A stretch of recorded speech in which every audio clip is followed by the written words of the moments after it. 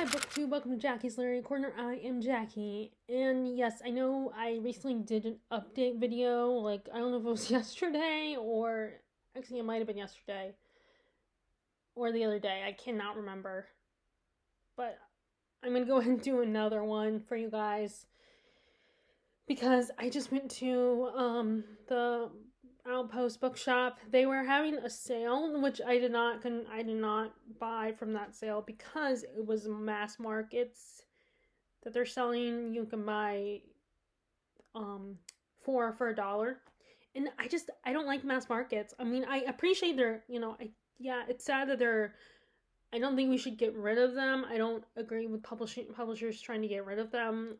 But and I understand the appeal of them because for a while I was getting mass markets. Like my Dragonlance books were a mass market. I had a lot of mass market books back in the day before I got a job, and they're cheap. I mean, like, cheap compared to regular size paperbacks. And, they're small, they're pocket size, so you can, carry them with you everywhere, and it will make you feel less intimidated. I feel like when it's a big, huge, long ass book. So I get the appeal of them, especially if you want, like I said, I bought them when I didn't have my job, and I'm just not as interested in them anymore. They don't appeal to me. I don't like the minuscule print. And like I said, because they're cheap, they're, cheaply made, and I'm worried about ripping the pages a little bit. And, I mean, and I like, call me shallow, but I kind of like the aesthetic of the regular size paperbacks, But, like, I appreciate it. I don't want them to go away either because I think just as, like, I don't use libraries that much anymore, as much. But I appreciate their existence, and sometimes I do use them. I do use the library, so it's the same with mass markets. Like, I'm not a fan of mass markets, but I do think they are important, and we shouldn't get rid of them. But anyway, so I didn't contribute to that sale. I didn't buy any books on that sale. But I figured, I want to go to the library anyway, I mean, not the library. I want to go up there anyway to the bookstore. And so I bought, and I ended up, I probably shouldn't have done it, but I did buy 4 books. Now, one of the books was for my dad. He's been been curious about the book Atlas Shrugged by Ayn Rand. And I know people there are a lot of people that are critical of her, don't like her and her politics, and how she puts her politics in her, and people are very critical of her as a person, so people don't like reading her books, or like most people don't like reading them, but my dad was interested, and, she was someone that is, one of those authors that people recommend you read her work on the must read, so he wanted to try her. He wanted to try her out, and, I saw her at the Outpost bookshop, and like I said, if I just got that book, it would only be $4. So I figured, let me just get it for him, and it was not and it was a regular size paperback. So, like, he's not gonna want. I don't think he's gonna want to read like a mass market paperback. So I don't even know if there was a mass market of Atlas Shrugged amongst that pile of books anyway out there, because they all had them outside in the heat, because it's like 90 degrees. So I picked it up for him. And I couldn't decide between the books that I wanted to get for myself, so I just went ahead and splurged and got 4 books. So I got that one, Atlas Shrugged. So I don't have it's in my dad's room. And I'm gonna, just out of curiosity, I'm gonna check it out myself and see what I think. Because, I feel like I can't be afraid to try on a book every time, like, everyone in the book community is like, this author is terrible, and she's all like I understand when the authors that do horrible, disgusting things, and I don't know, and don't tell me if she has, I don't want to be conflicted about this, so don't tell me. I don't need you to warn me if she has done, I mean, because I'll eventually I would probably find out anyway if she did do something horrible. No one leave in the comments to tell me why I should hate her and not read her books.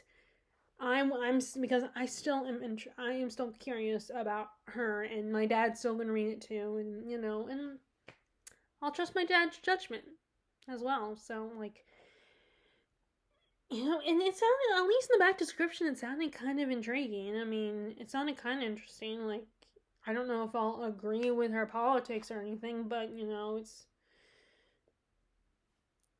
I feel I feel like, as I started to say, I don't think we should be afraid just because all of a sudden this person is like in the book community. All of a sudden, people like you know unless they do something so awful, so discriminating, like so horrible, you know, I think we need to decide for ourselves every once in a while if we're gonna cut off an author or not.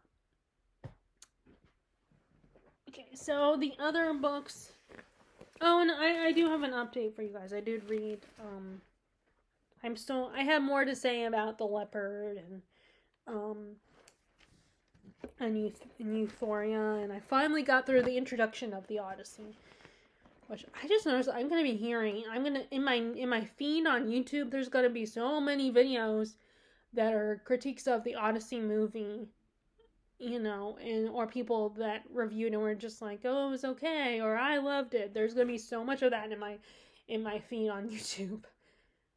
You know, it's gonna drive me crazy because it's like, even though I love the movie and everything, and and I understand if people that don't like it, that's fine. And if classicists have some criticisms that, I mean, I understand.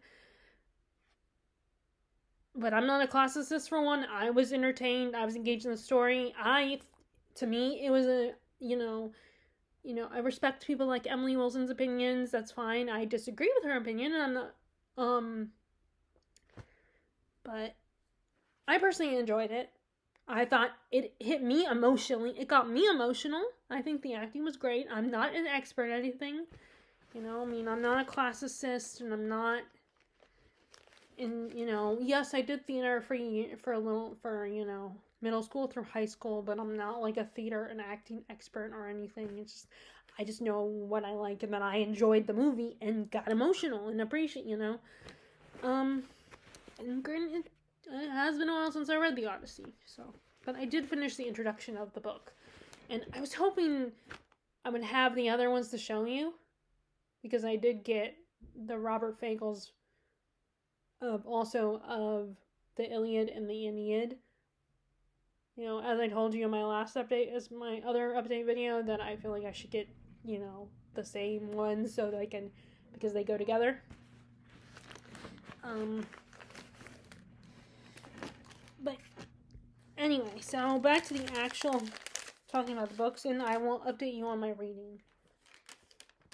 Okay, so first, along with Atlas Shrugged, I got this one, The Spanish Bow, by Andromeda Romanio Lax. This is it's about a cellist, and okay, I'm just gonna read the back because I don't remember exactly what it said, but in a dusty turn of the century Catalan village, young Valun de Largo receives the unexpected gift of a cello bow. Deciding it is his fate to become a musician, he embarks on an extraordinary journey through anarchist Barcelona and the court of the embattled monarchy in Madrid. There he meets Aviva, a beautiful violinist with a haunted past. Meanwhile, dark forces are propelling the world to a catastrophic crescendo that will test the strength of Valun's friendships, rivalries, and loves. Oh, and it's a woman who wrote it. I guess, yeah, the first name should have been my clue that it was a woman. It just sounded really intriguing. This story about this cellist and his whole history. I mean, I did look at reviews, but I decided to take a chance on it. It's really, like I said, it's really hard because I believe that we need to decide our opinions on books or at least I need to decide my opinions on books without looking at Goodreads every single time. But as I said before, it helps me narrow it down when I'm at the Outpost bookshop, when I got a bunch of books, because I'm not going to buy more than 4 books, at the most. I mean, even then I was trying to narrow it down to 3. But like I said, I went to buy that book from Atlas Shrugged for my dad, and I'm kind of interested in reading it too. So I couldn't narrow it down between these. I mean, I was able to, I almost bought Leviathan by Thomas Hobbes. But then I wasn't, and I was thinking, oh, it's a classic, and maybe it might be worth reading, and interesting to be able to say I have Thomas Hobbes in my oeuvre of books that I've read. But then I looked and I was like, I read a little bit, and it felt, I wasn't sure if I was ready for that yet. I mean, I haven't even read, Plato's, what is his famous one? The one with the cave. That whole philosophy, his philosophy and everything, and I have not even read that, and I do have a copy of Plato's work. So, and I haven't even picked that up because I'm so apprehensive and don't think and will worry about struggling to try to understand philosophy. Like, I'm not even sure if I have the Federalist Papers, a copy of that in a older Penguin edition. And I've read some of the essays, but I couldn't tell you, I know what they're about. It's basically in defense of the Constitution. But I also learned that from Hamilton, and I read some of the essays explaining them, but I couldn't even tell you, all that the essay said, and honestly, and and it's very dense, and a lot of it is really long-winded, basically, you could say it in a shorter way, but then Hamilton and John Jay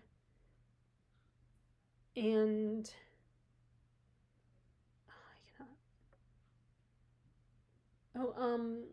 Madison, they were politicians and lawyers, so of course they're going to really explain something so that you understand it, comprehend it, and really know exactly what it means, the Constitution means, and to really know its importance. But it's a lot to read, and I mean, I want to say I can read it, I want to be able to be enlightened by it and be able to read it, but it's so dense, and it's so much information, it feels overwhelming, and like I said, I don't even think I could tell you what when I read. Granted, it's been a couple years now since I last picked it up, but I'm hesitant to get rid of it because it is important base. It is a book that holds an important. The Federalist Papers are an important document about our history. It's one of these things where I keep, thinking, should I get rid of it or not, but I don't know if I'll ever pick it up. And I'm not in school anymore, so I don't have to worry about, having to do an assignment on it or something, But anyway. So I don't know why I got off on that tangent. But, anyway, so this is one of the books I found. This is The Spanish Beau. I think it would be kind of interesting to read about this gentleman and him being a musician. And it kind of made me think of, I have a friend that is musically inclined as well, and I've had 2 friends throughout my life that are musically inclined. One of them I'm not close with her anymore, and that's Christina. She was a violinist and was a thespian like me, but she's not the one I'm talking about. The one I'm thinking of is someone that actually is going to be coming to visit me soon, but anyway. And also, this was someone who it's his life story through the Spanish Civil War and World War II. So, that'll be intriguing. The Spanish Beau. Okay, I promise I will try not to get off topic again. I'll go off on a tangent again, but anyway, so the other one, I'll have to look into that later. I mean, they were advertising what's going on in our community. I did get another bookmark. I like the color purple, so I thought this one was pretty. So then we have, so the Penguin book I decided over the Thomas Hobbes book. That's why I got off on the tangent, because I was mentioning some of the books I was looking at and I was trying to decide from. And one of them was Thomas Hobbes' Leviathan, and I just didn't know if I could commit to it. It would just be sitting on my shelf like the Federalist Papers.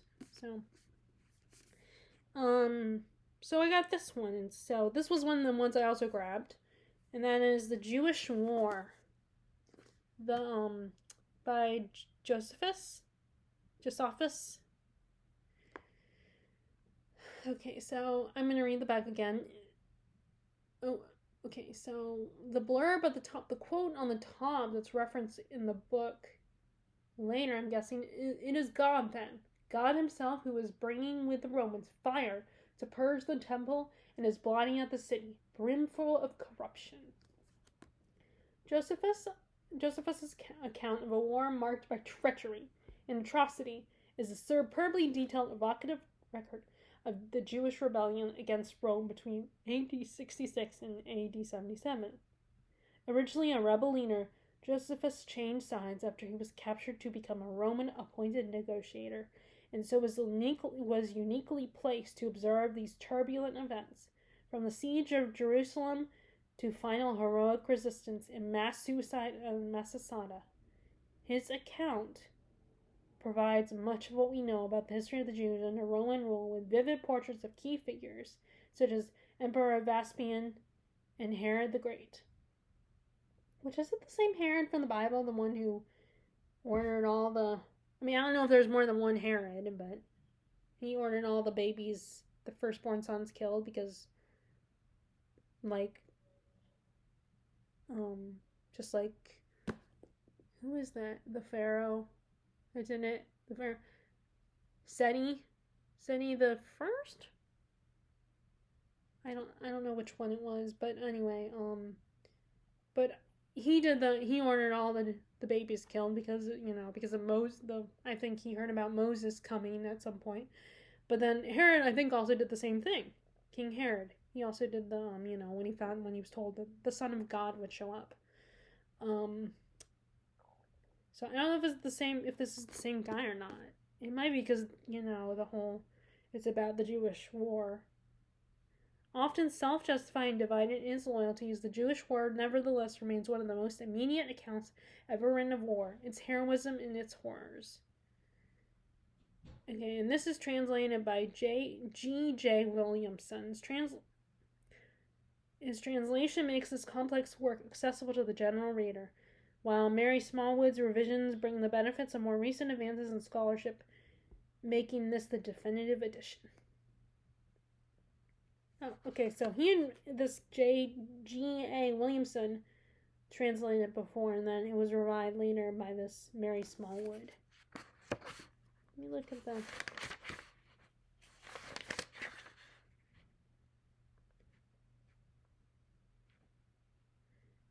Okay, so this first translation was published by G.J. Williamson. Was published in 1959, and then were revised in put out in 1970. I feel like I need to pick this up and read it now, because then it will just sit on my shelf forever, because it's intimidating, just as the Leviathan by Thomas Hobbes would have been. And I say and by the way, I mentioned this I keep adding Thomas Hobbes because there is a young adult book trilogy called Leviathan. And then I know there's a book called Leviathan Awakes, by S.A. Corey, in that big, huge sci-fi series, The Expanse. And I ended up going for this other one, I went for another nonfiction book, and got it because I got the Jewish War, so I figured, why not get this one also? I almost actually bought some Kate Quinn books that take place in Rome, or one of them was a Kate Quinn book that takes place in Rome. I don't think the other one was, but it was like much later in the series, and I don't like doing that. I like to get them in order of when the order that they're supposed to be in as I buy them. So maybe one day I'll get Kate Quinn for Thrift Books, because I've heard on one of the podcasts I listened to, I heard about one of her books. And it was actually, I told Terry about one of them because it sounded kind of up her alley. And she hadn't heard about it. And it is on her own wish list, so I might buy it for her. But anyway, so I got this nonfiction called Jerusalem, the biography. And I've kind of always wanted to listen to this. I mean, ever since reading about Jerusalem, ever since, I am currently reading my Bible, as I've told you guys, last year. Still reading it, and I'm kind of interested in the Middle East history, and,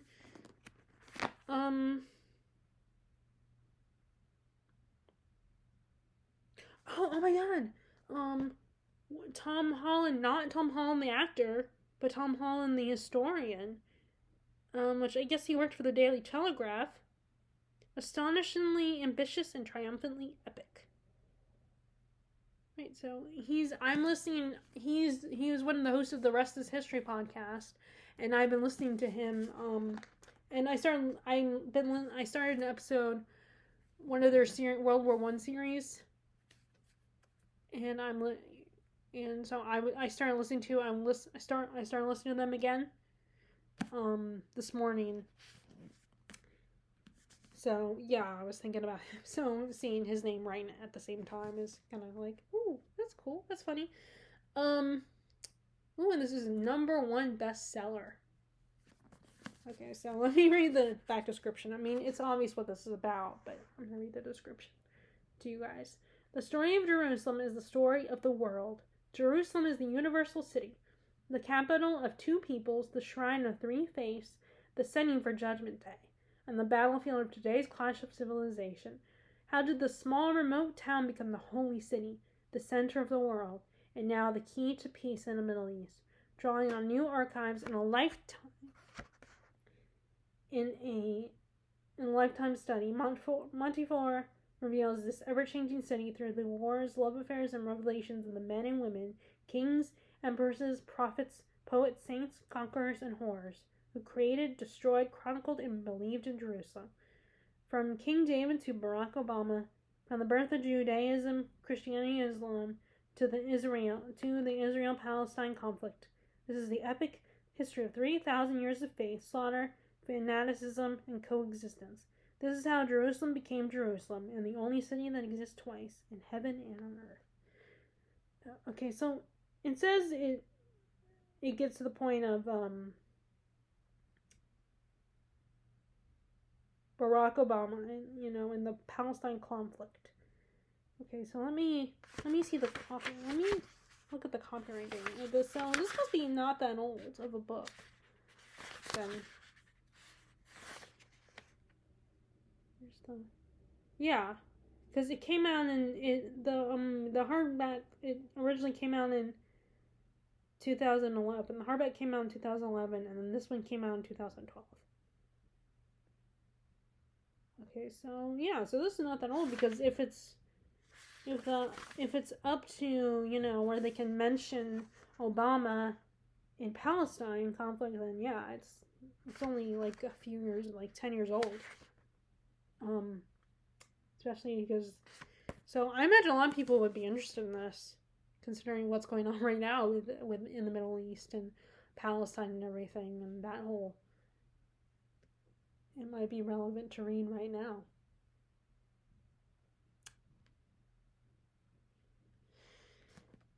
But anyway, and what I love about some of these, like, I appreciate that. I mean, I wish it was, the only thing about hardbacks is that the picture, when it includes pictures, they're usually colored. They usually include colored pictures, like painted, like. But this, paperbacks only include black and white pictures. Which, yeah, I mean, I'm sure including images would be expensive.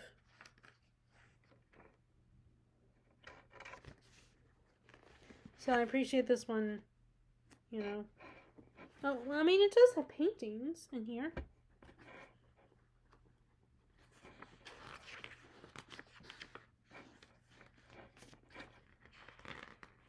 And some photographs that are colored.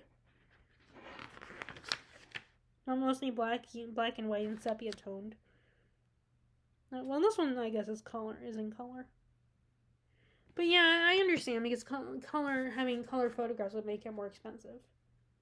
And there is I'll have to see if there's a family tree of Herod. Oh, yep, here it is.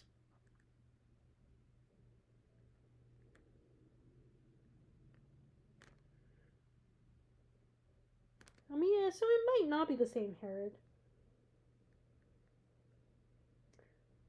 You might can ask my dad because he's into history. He's a big history fan.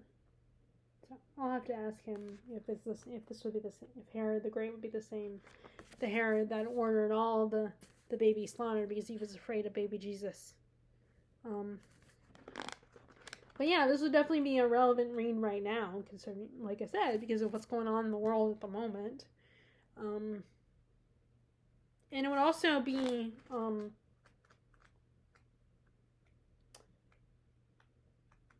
oh, it's actually not super long. It's only like in the 600s, so that's not too bad. I mean, anything past, like, I would say I think I could, if I put in the effort, I can do 500 up to 600 pages. But 700 and more, it's going to take more time to do. I mean, although I got through Lord of the Rings, and that was 3 novels in one big book. Like, I should say 3 parts, because, But anyway, so let me update a little bit. Since I talked so much about these books and got off topic, I don't think I have to update too much. I mean, it isn't probably not, probably only a little bit more than what I said the other day, whether it was yesterday or a couple days ago. I really do think I just updated yesterday. So, sorry about that. But I had some books to show you. I mean, I wish I had the Aeneid, the Aeneid and the Iliad, the Robert Spiegel's Penguin Deluxe Edition translation. But I'm not getting those until tomorrow, so I'm not going to do another video tomorrow just to show you those, because it's only 2 books. Okay, so as far as The Leopard goes, I feel like I did a poor job explaining that book. But in my defense, I was still kind of feeling the residual lethargic feelings of the medication I took for my bite on the back of my leg. So I really couldn't. It was kind of hard for me to focus. My mind was all woozy and stuff. I mean, not woozy, but all loopy and everything. And I try not to take. I don't like taking naps during the day because then I'll be even more tired if someone wakes me up when I wake up from a nap. And then on top of that, I feel like, I could, be doing other stuff. I mean, I know sleep is important. I'm not dismissing sleep. I think it is very important. But anyway, so in The Leopard, we basically have, our main character is the prince. He's known as a leopard. And I guess a leopard is symbolic, the animal symbolism of Italy, I guess, or the Italian royal family. I don't know. I would have to look that up. I'm going to be, when I finish the book, I'm going to be listening to a podcast that talks about the book, so maybe they can tell me. And I know I should look it up myself. But anyway, so he is trying, like I mentioned, probably yesterday when I talked about the book before, he has a son to be his heir, but he likes his nephew better. His nephew is charismatic, he's more sociable, everyone likes him, he's very attractive, and his son just isn't as appealing. He's kind of boring. He's dull. And so the prince focuses mostly on his nephew. And he's trying to get him to marry this girl, Angelica, who is the daughter of another prince, another nobleman. But And so they like each other. Angelica's charmed by this guy, is more than willing to marry him. Of course, they can't do anything until they get married, although they are very into each other. They're very attracted to each other. And they are really struggling to resist temptation. And they do eventually give in to temptation. I don't know how far it goes, but I imagine, pretty far, And meanwhile, he has another friend, another nobleman, and he's been arranged to marry this other girl who used to date the prince's nephew. They knew each other as kids, and she was in love with him, but she's engaged to the nephew's friend, and she doesn't like him, or they're at least trying to get him with the nephew's friend, and she doesn't like him. She prefers the prince's nephew because, again, he's very charming and very attractive, and just knows how to seduce women and win girls' hearts, and I feel so bad for the guy's friend, Caravaggio, I think, something like that, and Caravaggio, because he's probably he makes sure people like him and want to be friends with him, but he's not as attractive as Tancredi. I don't know how to say these Italian names, and you kind of feel bad for him because he's like, he's resigned to the fact that this woman thinks he's boring and dull and not going to be interested in him, and he's a worm. He describes himself as a worm, and that a dull worm, and he needs to find a woman that is like him, that will appreciate him for who he is, which, yes, he does. If this woman won't. And it kind of makes me think of, because I have read some of War and Peace, a small chunk of it, and I know that, or no, not War and Peace. It's actually in Anna Karenina. That's right. So you guys know I've read the whole thing of that one. That's one of my favorite books, and I do want to reread it at some point. But I remember Levin was in love with the one woman. I don't remember her name, and she wasn't interested in him at first. And it took her a long time before she finally came around and fell in love with him. But it kind of made me think of that, where Levin is seen as, he's nice, he's a hard worker, but he's not as charming and charismatic as other guys. And she won't choose him because of that. She won't choose Levin because he's just a poor farmer. He's not as good. He's not as attractive. And it made me think of that. Caravaggio being not as charming, not as attractive, but actually a good guy that would respect the girl and be a good husband for her, and actually is very sweet and kind, and and the fact that he accepts that he's not as appealing as his friend, the prince's nephew, that really sucks, because sometimes those guys like the prince's nephew, they're good for a little while. But then they just end up being a player, like being a ladies' man. They don't commit. Even if, he marries Angelica, he might have a woman on side. He might get bored with Angelica eventually.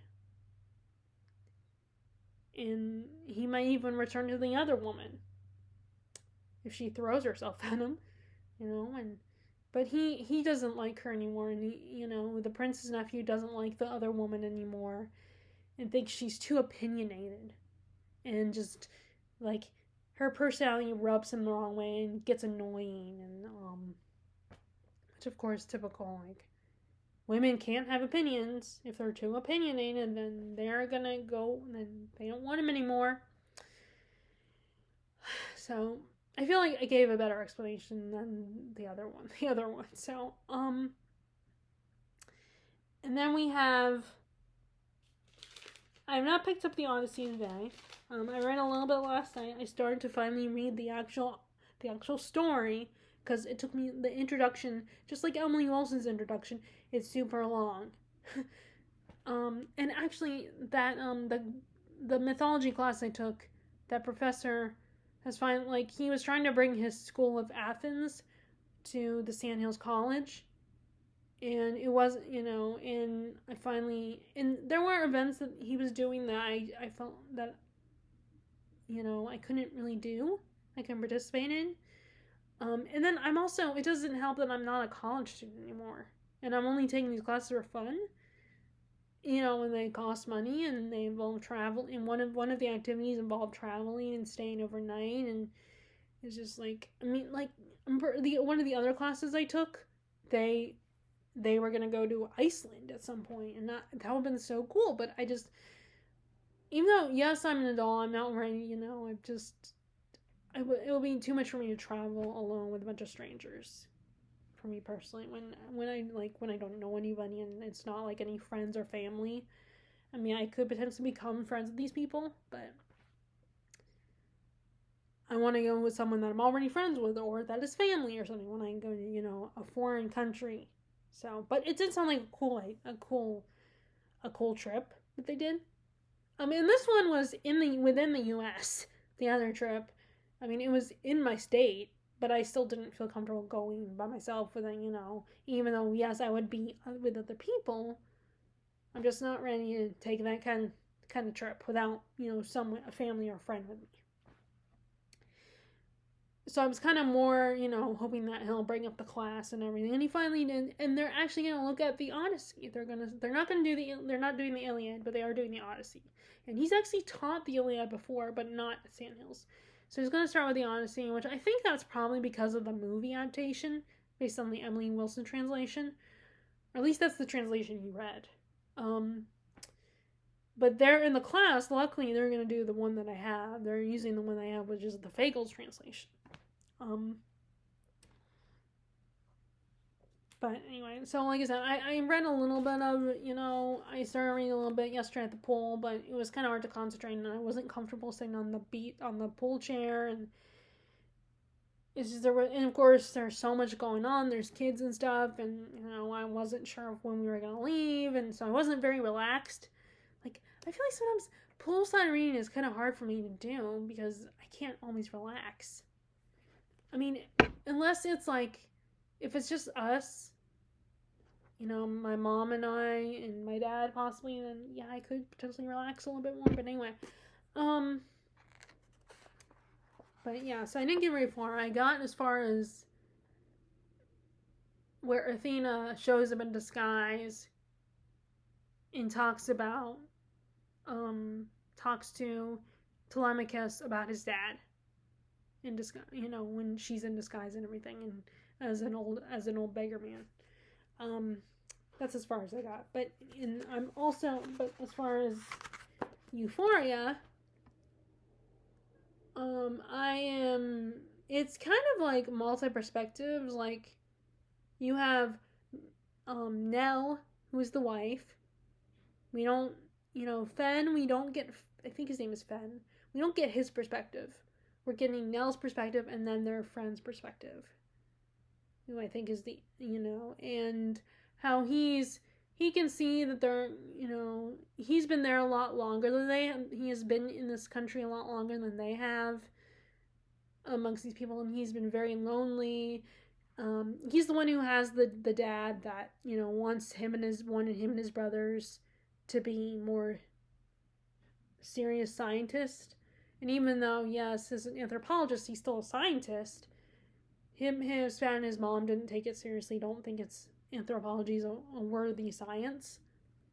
And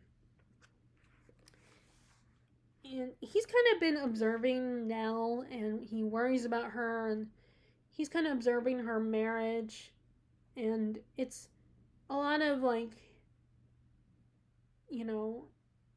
his history and observing his thoughts on her marriage and his interactions with the people of the and then we get like brief from his perspective. We get the brief glimpses of Nell's marriage, Nell and Fen's marriage, and then her chapters are like are diary entries, like her taking notes on her observations of the people, and then she of course talks about how how dismissive Fen, her husband, is. That's the impression I get. He's very dismissive of her, and he's more focused on studying these people rather than being respectful to the culture or, you know, being respectful to his wife and, you know, making sure she's comfortable and can, you know, and he's that arrogant type of scientist who's just see himself as superior and feels like I'm observing these people, I'm making these people known, I'm helping these people kind of mentality.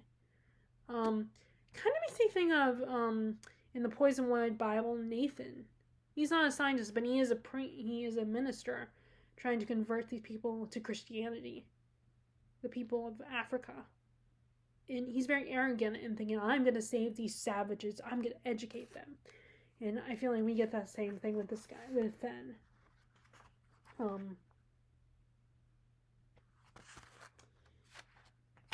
So it's a fair, you know,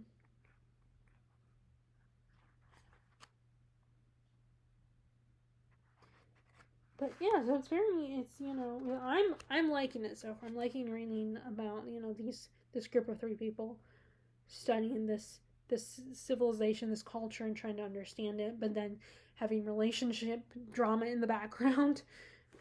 So yeah, the relationship drama does not dominate the story.